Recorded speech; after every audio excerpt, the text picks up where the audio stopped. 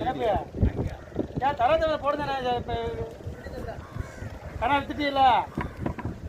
கடை விற்கல ஓட்டியை 15 போய் கட்டு நினைப்பு தண்ணியா ஓட்டுங்க கணக்கு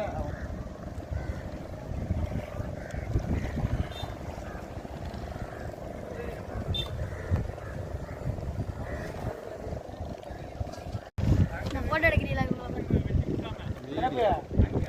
ஏன் தரத்துல போடுதானே இப்போ கடை வித்துட்டீங்கள கடை விற்கல ஓட்டியை 15 போய் கட்டு நினைப்பு தண்ணியா ஓட்டுங்க கணக்கு